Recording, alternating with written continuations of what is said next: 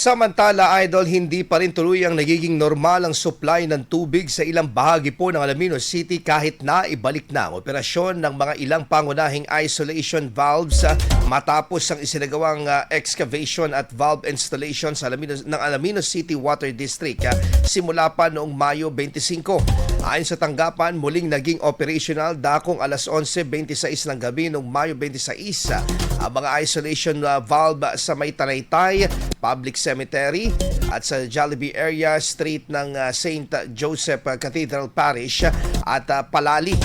Gayunman, nagpapatuloy pa rin ang water development sa pipelines at flushing activities kaya posible pa rin makaranas ng low pressure hanggang no water supply ang ilang residente. Kabilang sa mga posibleng maapektuhan ang whole business district, Sandoy, Dampay, Sadsaran, Pandayan, Palamis, Tanaytay at ilang bahagi ng Buod, Pugo at Pukal-Pukal. Pinapayuhan naman ang mga residente na hayaang dumaloy muna ang tubig kung makaranas ng malabong supply habang isinasagawa ang flushing sa mga linya ng tubig. IFM News. IFM News. IFM.